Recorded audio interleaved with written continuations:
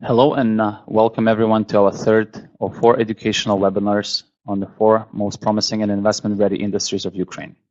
My name is Markevych and I'm the president of Crossways MK Consulting, an investment consulting company that attracts Canadian investments into Ukraine. To the right of me today, we have Deputy Minister of Energy and Coal Mining, Nataliya Boyko, and to the left, we have Bohdan Leshchyshen, Director of CUTIS office. Today, we'll focus on energy industry, where we'll discuss the critical importance of transforming the Ukraine's energy sector. The raw potential of this sector is indisputable. However, the drive to diversify and modernize the sector presents tremendous opportunity for foreign investors.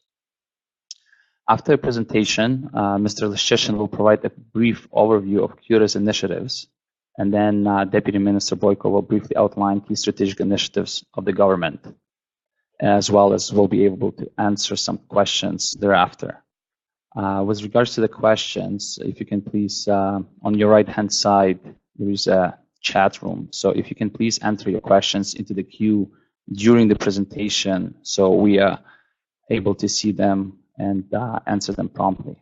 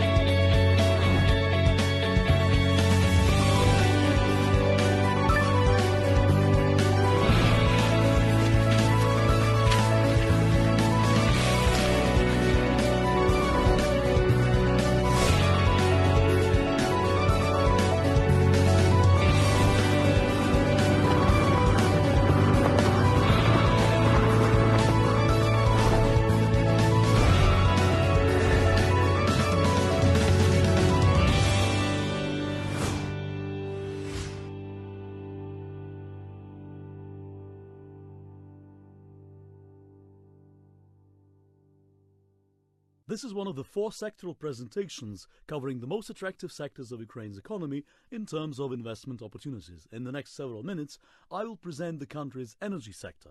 Admittedly, Ukraine's energy market remains backward and too complicated. So we'll first talk about its general features, and after that I will be happy to offer you more detailed information or answer any questions. Ukraine uses various sources to meet its own energy needs. Those include oil, natural gas, coal, nuclear and hydropower, as well as renewable wind and solar power. By 2017, the volume of electricity produced by the power plants included in the United Energy System reached 155 billion kilowatt-hours, 5 billion of which was exported to 5 Western neighboring countries. The power generating capacity of the wholesale electricity market includes nuclear, thermal, hydro and alternative energy generation with an installed capacity of up to 53 gigawatts. What follows is a presentation of the general setup of the market just to give you a sense of how it works. Nuclear energy, coal and gas remain the main energy sources, while households and industry remain the key consumers of electricity and gas. 4 nuclear and dozens of thermal power plants play a key role in the energy sector of the country, producing about 90% of all Ukrainian electricity. Nuclear energy has a lower cost, while thermal power secures flexibility of supply, which is critical due to intraday variances in power consumption. Electricity and heat production account for 3% of the nation's GDP. Coal, oil and gas mining add another 4% to GDP. Ukraine can satisfy its needs in uranium, but it is dependent on coal, oil and gas imports. The country holds 591 billion cubic meters of confirmed deposits of natural gas, 34 billion tons of coal, a significant share of which is located in eastern Ukraine, occupied by pro-Russian separatists, 118,000 tons of uranium, primarily in the central Kirovograd region, and 55 million tons of oil, including deposits in the Russian-occupied Crimea. Naftogaz of Ukraine, the National Oil and Gas Corporation, is the largest state-owned company which enjoys a dominant position on Ukraine's oil and gas market. Its share in the different subsectors varies from 68% in wholesale gas trading to 100% in gas transit and storage. The regional gas company is a major gas supplier to households with a 64% market share. Energoatom is a large state-owned enterprise managing the country's 4 nuclear power plants and contributing over half of the country's power generation. The coal market has several important players. The largest of them is Pavlohrad-Buhilya with a 29% share of the market. About 1/4 of all coal is imported.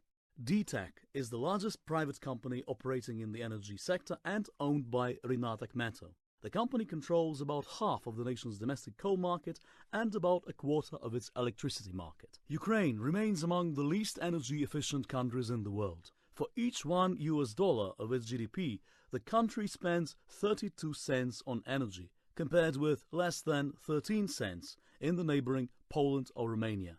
The figure unveils the huge investment potential Ukraine's energy sector holds. The basis of the power sector in Ukraine is the United Energy Systems, or UES, which supports centralized electricity consumption, interact with the power systems of the neighboring countries, and manage the export, import, and transit of electricity. UES brings together the energy generating capacity and distribution networks of Ukrainian regions, bound in an interconnected network of electricity transmission lines. Ukraine is currently reforming its wholesale electricity market, established in 1996, to make it more competitive. Ukraine's energy independence relies on a healthy industry, ruled by market forces every step of the way. To achieve this, the energy sector requires reform.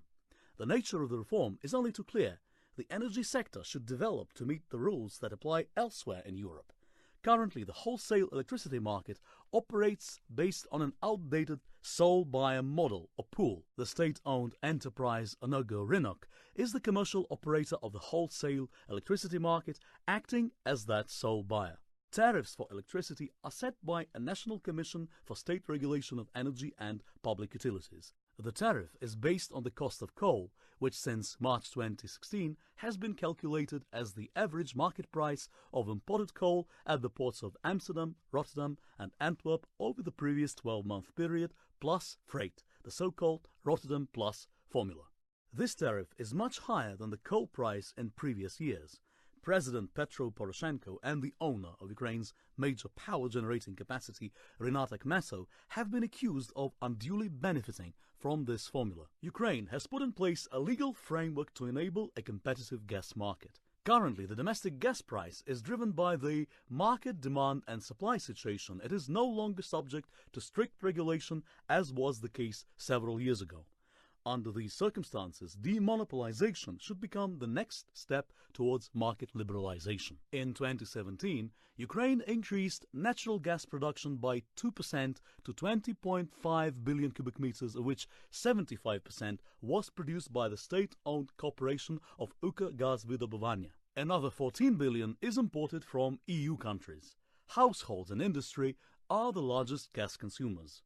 However, since the Russian invasion into the highly industrialized part of eastern Ukraine, industry has ceased to be the main gas consumer in Ukraine. A sustainable expansion of all types of renewable energy is expected at a rate of up to 12% until 2025 and at least up to 25% until 2035, including all hydropower capabilities. Once renewables get cheaper, their economic and sustainability potential is bound to increase. Public policy should encourage private companies to take on a more proactive role.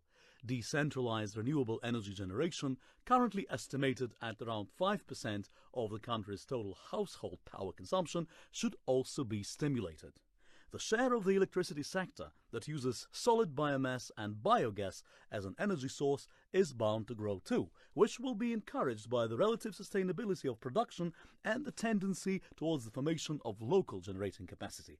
Preference is given to simultaneous production of thermal and electric power using cogeneration facilities with a view to replacing traditional fossil fuel burning technologies. Hydropower plays an important role in the stability of the UES of Ukraine, since it provides the energy system with highly flexible capabilities for regulation of daily schedules of load, coverage of the peaks, and filling night gaps. Moreover, it acts as an emergency capacity reserve. It is necessary to complete the rehabilitation of existing HPP capacity and construction of new HPPs and HAPPs by 2025. This will enable Ukraine to retain the most economically viable and flexible of them in its generation structure while increasing overall generation capacity. The main players on the solar energy market include the members of the Ukrainian Association of Renewable Energy, UARE. One of those companies, the Nikopol Solar Power Project, with a 10.7 megawatt capacity, was launched by a Canadian-based energy investment fund in 2017. The Nikopol solar plant is a world-class asset and a potential growth engine for TIU Canada Limited. Nikopol has some of the best economics in the world for renewable energy. This is the first solar project in the city and one of the largest foreign investments into Nikopol in the past several decades. The energy sector in Ukraine is focused primarily on the domestic market. However, Ukraine also exports electricity and other products. Ukraine is strongly dependent on coal imports, 20 million tons per year, and gas imports, 14 billion cubic meters per year. In 2017, Ukraine increased electricity exports by 29% to 5.2 billion kilowatt-hours, or 3.3% of national production, worth some $244 million. Since the occupation of Donbass, coal export volumes have dropped significantly from 7 to 0.5 million tons, which has turned Ukraine into a net importer of coal. Export value fell to $45 million. Illegal exports to Russia from the occupied Donbass, about 100,000 tons monthly, are not included in these data. At the same time, coal imports reached a record-breaking 20 million tons in 2017. As Ukraine increased coal import volumes in January by 20% to 9.2 million tons, or $1.2 billion, one can expect a new historical maximum in coal imports in 2018. Availability of various types of energy resources in Ukraine, the creation of a competitive market environment, and conditions for consistent development of the resource base for nuclear energy, modernization of generating capabilities, and substitution of fossil fuels for alternative fuels, further exploration and extraction of hydrocarbons, and an increased share of renewable energy will all be contributing to promoting the strengthening of Ukraine's position in sustainable energy production and its consumption. Proceeding from the current state of the industry, the priority tasks of the power industry of Ukraine for the development of energy resources and the growth of the Ukrainian economy are as follows: completion of the formation of the electric power market, integration of the power grids between Ukraine and Europe, development of network infrastructure, modernization of existing generating capacity, modernization and development of trunk and distribution networks, increasing the share of flexible capacity in the overall balance, construction of the third and fourth power units at the Khmelnytsky NPP, development of renewable energy sources, construction of power generating facilities to replace assets that will be decommissioned. Integration of European energy standards into Ukrainian legislation will considerably increase Ukraine's resilience to any attempt to politicize international relations in the field of energy, while joining the general European market will help liberalize and demonopolize internal energy markets, make them more transparent and competitive. Transformation and integration of markets will be possible only if consumers become one of the key market players. In 2017, privatization processes were reactivated primarily in the electricity sector. 90% of $120 million worth of privatization proceeds came from the electricity generating and electricity distributing subsectors. In 2018, Ukraine plans to sell off $800 million worth of assets, of which at least $300 million is the value of the controlling interest in the Center FNERGY generating company and 6 regional distribution companies. Minor stakes in 2 distributors as well as several individual thermal and heat power plants are also on the privatization list. There are a number of international projects and programs aimed at helping Ukraine transform its energy sector. Deutsche Gesellschaft für internationale Zusammenarbeit, or GIZ, establishment of energy agencies in Ukraine project. Ukraine Energy Efficiency in Municipalities, program to support the green modernization of Ukrainian economy, energy efficiency in companies. The EU for Energy initiative covers all EU support to improve energy supply, security and connectivity, as well as to promote energy efficiency and the use of renewables in the Eastern partner countries, including Ukraine. USAID energy programs seeking to improve Ukraine's energy efficiency and reduce the country's critical dependence on energy imports. G7 energy sector support for Ukraine has launched the Rome Energy Security Initiative. The energy sector is unique and a number of energy industry stakeholders play a key role in it, namely the Ministry of Energy and Coal, the state-owned enterprise Energy, the centralized dispatching system CENEC UKA, the State Energy Inspectorate NCR-ECU, the state regulatory body in the field of energy and utilities, and Naftogaz of Ukraine as a huge state-owned monopolist on the oil and gas market. That is why the Ukrainian energy market has high barriers to entry, excessive vertical integration, and limited import alternatives. The market needs a genuine demonopolization of the sector, coupled with a modern regulatory framework as a first step on the path to a fully liberalized market. The good news is that the situation has already started to change for the better.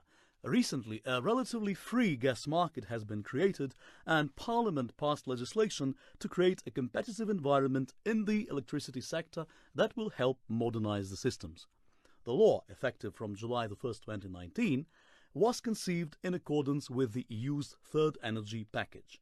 As Ukraine continues to harmonize its regulations and practices with the EU, this initiative creates a robust framework to introduce modern practices that have been accepted in Europe, such as intraday trading, a bilateral agreements market, and an ancillary services market. The law creates normative prerequisites to synchronize Ukraine's energy system with that of Europe, which will enable the country to realize its export potential and obtain guarantees from the EU system operators that ensure the safety of the system. In Ukraine, there are several investment websites which feature business projects for attracting investors as well as proposals for the sale of operating enterprises. The following could be of help when looking for investment opportunities. Ukraine Invest, created to attract and support investments in Ukraine, provide investors with real-world information and advice on doing business in the country. Ukrainian Chamber of Commerce and Industry Investment Portal, the Canada-Ukraine Chamber of Commerce, the investment platform for venture capitalists Startup Network, Ukrainian business portal Euroinvest, and High Castle, an online investment market for private equity and other alternative investments based on distributed ledger technology. The investment attractiveness of the Ukrainian economy, and specifically of its energy sector, remains very high. Renewable energy remains the most attractive subsector and therefore attracts new investments.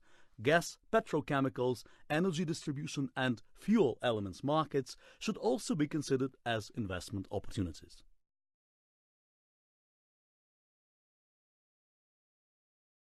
You can please now address the CUTIS initiative. Thank you. The Canadian government has funded the Canada-Ukraine Trade and Investment Support Project, as we call it the CUTIS project, with $14 million 5-year project grant, which started in 2016. The project is assisting Ukrainian companies in developing bilateral trade opportunities in some chosen sectors through trade shows and B2B meetings with Canadian buyers and distributors. In addition, the CUTIS project is working with Ukrainian companies looking for strategic investment partners in Ukraine. To date, CUTIS has introduced Ukrainian confectionery and furniture companies through a trade show format to Canadian distributors and buyers in Montreal and Toronto. In August 2018, the Ukrainian shoe and textile apparel manufacturers will be coming to Toronto to showcase their products at trade shows, while IT companies will be coming to Canada in 2019. On the investment side, the CUTIS project is focusing on the following sectors: agriculture, infrastructure and logistics, energy generation and supply, IT and telecom. The Ukrainian companies will be coming to Canada to meet potential Canadian investors in October of 2018. I believe that the recent signing of the free trade agreement between Canada and Ukraine should help in making Canadian companies more comfortable to invest in Ukraine. Thank you, Bohdan. And if Deputy Minister can please give us some key government initiatives in the field, that would be very helpful. Hi.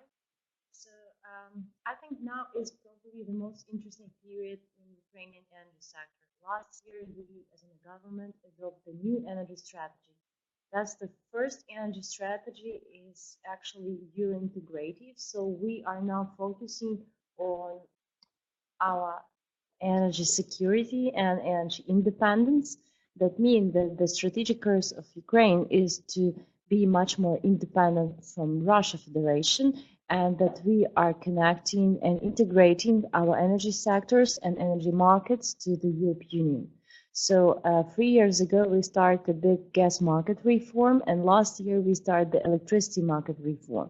Both reforms are still not finalizing. The gas market reform is on a pre-final stage, and electricity market reform is now in the transit period. We have 2 years transit period till the market will start. So both reforms at the end, they will bring us the full integration of our European Union obligations and food energy package implementation. And that means that we will be ready to be the part of European market, but also that means that the climate and the perspectives for investors will increase a lot, because the market relations, they will bring the new possibilities for development and for a new type of businesses. In the gas market, we already see the growth of the interest and also the growth of numbers at the trading sector. And also when we're talking about the gas industry, we know that we like to increase the gas production. That's also the strategic goal of the government. When we're talking about electricity market, now, of course, the most growing sector is renewables, because we have an incredible high renewable feed-in tariff system. But at the same time, I understand that the market will bring us the new regulation for balancing capacities, and also the market trading relations will change a lot. Also, the privatization on the electricity market will start. So general, the sector has a lot of perspectives, and now is probably the best period to focus on some perspectives, because after market will start, then the very active phase also will start. So we have now 1.5 year till the very active period. So general, we have now very interesting period in all sectors. Also, we are very much focused now on our infrastructure development, because, for example, in gas sector, a lot of things connected with modernization are now happening, and in electricity sector, the government started the 5-year period till the integration with NSOE electricity system. That means that we are also modernizing all our substations, networks, etc. on all levels, and also we will build some new capacities to be on the right level for working with one integrated system with European Union. So general, that's all. I will be happy also to answer all possible questions, and I will be happy to have some dialogue. Thank you.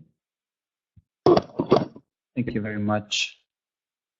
So the questions are coming in. We've got quite a few actually. So we'll start with one. So you mentioned the green tariffs, and there have been quite a few renewable projects over the last 2 years due to that in some part. But and the tariff has been quite high, one of the highest in Europe, and it's meant to come down slightly, but still very attractive. So the question is, how is it sustainable for the Ukrainian government to maintain such a high tariff? As in government, we actually understand that's not the best sustainable way. That's why we already start the discussion around the possibility of implementation the auction system. It's a complicated way because, in one hand, in Ukraine, the feed-in tariff is fixed in the law. That was great for the dialogue investors because we get the benefit, we get guarantees. So it's fixed in the law. It's complicated to adopt some amendments. So it's the right signal for investors. At the same time, we understand that the level of growing and also the technologies are developing very quick. So the technologies are becoming cheaper. That means that the development of the sector goes now not with the best way. So we started with very long and very detailed dialogue. In one hand, to keep the trust between the government and all stakeholders and possible investors and international financial organizations, but at the same time to explain that now we are in the situation that maybe the more long-term relations, but with a bit lower tariff, are much more trustable and sustainable in one hand. At the other hand, there's also the question about decentralization of the project, because now the projects are established from time to time not in the best places. That's also connected with the possibility of network connection, of grid capacity. That's a question of the right type of generation in some regions. So for government, the implementation of the auction system is a chance to make some diversification of sources and decentralization of the projects. So that's the way that we are going on now, but it's also not the shortcut. So we have now very public discussion, then we will have parliamentary hearing. So I'm pretty realistic about implementation of such a type of law amendments already in the new parliament. So we have enough time to have the very detailed discussion. Thank you. Thank you. The gas market is relatively free in Ukraine. However, oil market, especially oil auctions, is not. What is Ukraine planning to do to change that? I'm very happy to hear such a positive feedback about gas market, because actually now the full free gas market is happening just for industry, but that's actually the very important part. With the population, the government is still working, so we still didn't open the full market relations and trading for the population. It's still our prioritized task for this year, and that will be also connected with the gas price. Yes, with the oil it's more complicated, but now we have a very open dialogue about all type of auctions and about implementation of possible implementation of some birthways. So that's also the type of discussion that we have. We are trying now to digitalize a lot of process and to automatize a lot of process. That means that the auctions probably will be also so much digitalized as possible. That's also the way that we are trying to develop. We have a very great initiative Prozor in Ukraine, so we are Prozor sales also, so we are trying now also to look in that direction because transparency for all market is very important for us. But this sector is really growing and needs also a lot of reforms. Thank you very much. Another one regarding Canadian content. Alberta energy regulators have recently signed an MOU, which is a good sign between Ukraine, Canada, and Alberta energy regulator. Is Ukraine planning to fund part of this project? The Alberta type of regulation is a dream one, really. It's one of the best systems that I saw ever. And I will be the happiest person in the world if we will make something like that in Ukraine once. It's a perfect one window policy with a super transparent system, etc. The MOU was signed. It was a very important step for us. Now we still are thinking how the structure or the future relations will look like. But already in the last year, I had a couple of meetings with representatives of Alberta regulator and also of with the members of Alberta government. So I'm very optimistic on that way because I understand that our very great relations with Canada are really the window of opportunity exactly for such a type of reforms, because here we have a very great example of the best practice ever.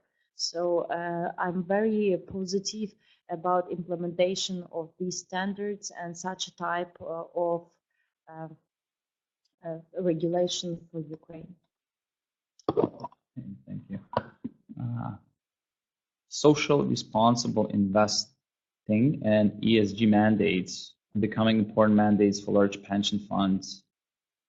What interest has there been from global pension funds into Ukraine, particularly for renewables and other climate change friendly initiatives?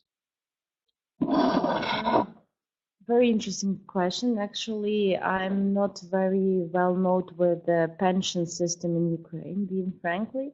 I know that we have now discussion about possibility of creation of some green fund.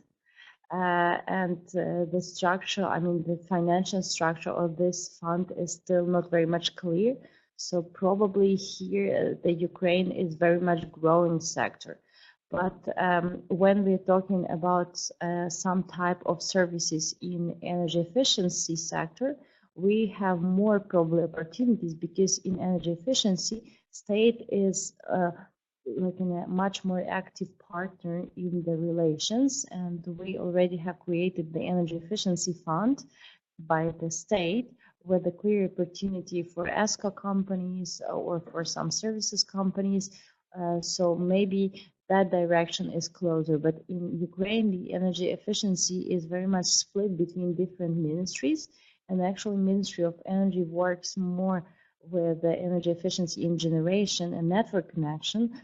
The Ministry of Economy works with the standards of implementation energy efficiency for industry, and that type of services, I mean energy efficiency for the population, fund, and etc.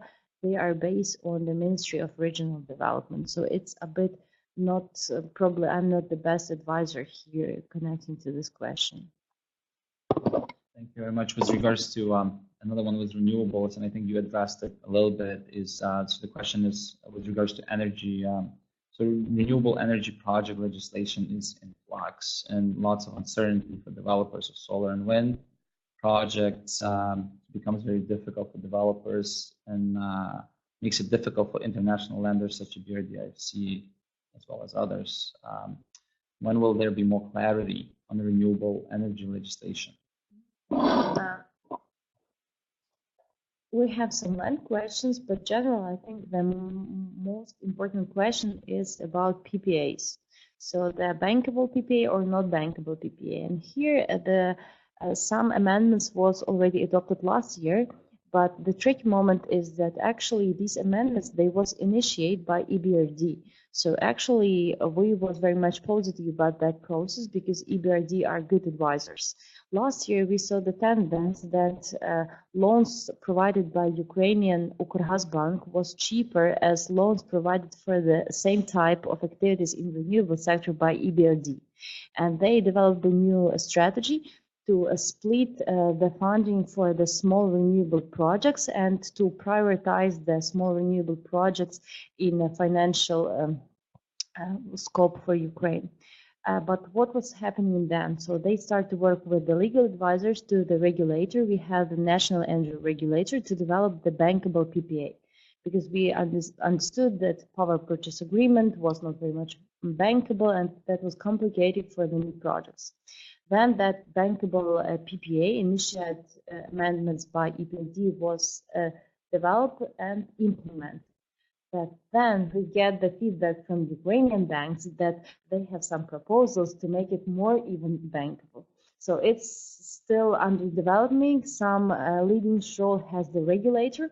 Unfortunately, last year the regulator was going through a lot of changes because we have now the new... some technical issues here. So I'll get one last question.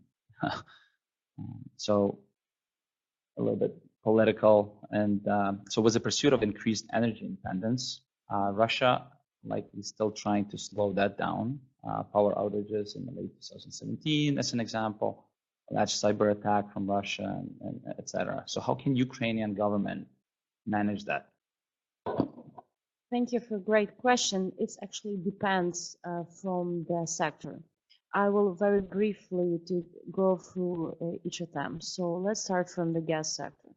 The independence, 100% independence for Ukraine from the Russian gas may happen when we will increase the gas production, domestic gas production. So we need the new technologies, new services, new investment, new companies, increasing gas production, that's priority. At the same time, we need to slow the gas consumption. That's why the energy efficiency is so much important and prioritized by the government. So increase production and lower consumption. And then we will need that independence at the gas market. At the same time, we understand that the Russia is using gas always as a weapon, and that's a very typical game from the Russia Federation. So now we also fighting on the case of Nord Stream 2 building pipeline, because we understand that that's how the Russia is trying to keep the old Europe in one hand, and that's a clear way how they put a lot of money just to make control and unstable situation from the side of energy security at Europe Union. So that's a clear way how they're trying to make a pressure, create the pressure on Ukraine. We understand that when we're talking about the gas transit case, we win the Stockholm arbitration. That was extremely important for us. So the Naftahas win in Stockholm, and Gazprom still didn't keep the obligation due to a contract and due to a Stockholm arbitration decision. We saw the situation early March, when they, in a very cold period, just didn't get the right level of the pressure to our pipeline system. They didn't answer on the dispatching calls. They didn't answer on the calls from the ministry or Naftahas company. The silence was made from the Russia side. At the same time, we didn't get the contracting level of the pressure to the pipe. That's why we request our population to make lower consumption, because we was using the potential of our gas transit system to keep the right level and balance in the pipeline to transit the gas to Europe and to be the secured supplier and secure transit country, to be a reliable partner for Europe. Because for us, our obligation for Europe to transit gas are prioritized on the first place. That's why we always playing in this very not comfortable play with the Russia. So we start as a government also negotiation about future transit contract, but in the trilateral format. So we, Russia Federation and Europe Union, to keep the balance and to show who's who. At the same time, of course, the block Nord Stream 2 project is very important for us. That's why we appreciate very much the sanctions, for example, and all the processes that are showing the like in the face of Russia Federation, and they're showing that the Russia Federation is playing without rules. So gas sector is a very complicated one, but we are working with that. Electricity sector, as I mentioned today, we signed last year the very concrete program how we in next 5 years will disconnect from Russia Federation our electricity system, and we will connect our electricity system to the European Union. That means the full disconnection from Russia Federation and Belarus and full connection to Europe.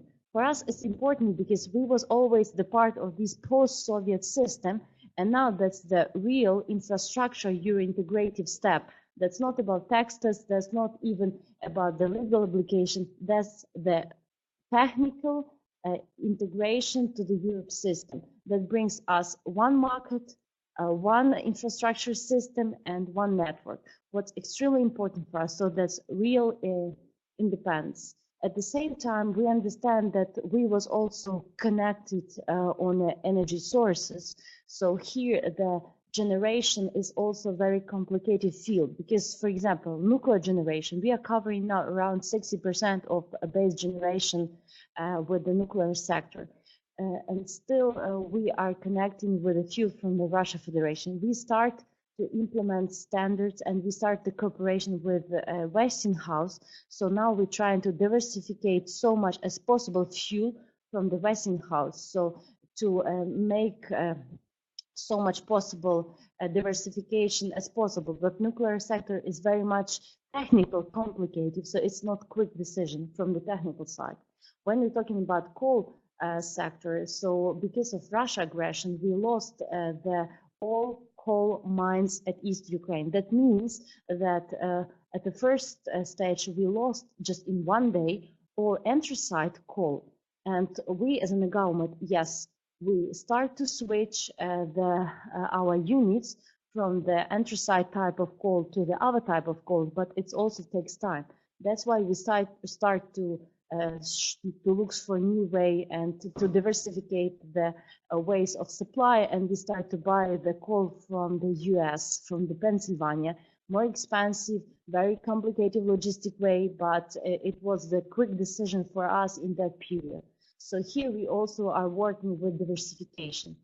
And the last thing is that cyber attacks, of course, and the physical security of our critical infrastructure objects is also very much important for us. So we are working now with NATO Energy Security Center, and we already adopt all things that was needed from the legal side last year, and this year we are just looking to be members of NATO Energy Security Center. We are making different trainings. We are working on the implementation of different standards and protocols to secure our system, etc., etc. So energy security is the separate, very complicated scope. Here we're also looking for new technologies, for IT support. It's a big window of opportunity for the high-level developed companies, because we understand that it's really our crucial place, because the Russians, they know our system very well. Ukraine is, of course, developing different new technologies, but still at the energy sector, the window of opportunity for new technologies is very big, and we hope that we will get some also proposals for foreign companies that will make us stronger and much more secure. So here you understand that the work by the government to bring the real independence is doing on a day-by-day basis. Thank you. Thank you for all the questions. Thank you for all the answers. Thank you, participants. Thank you, Madam Deputy Minister, Mr. Leshchyshen. Thanks everybody for participating. We'll get back. There's some questions that we'll get back to you after the webinars, and we will follow up with each and one of you post webinar. Thank you, and see you tomorrow. Thank you. Bye.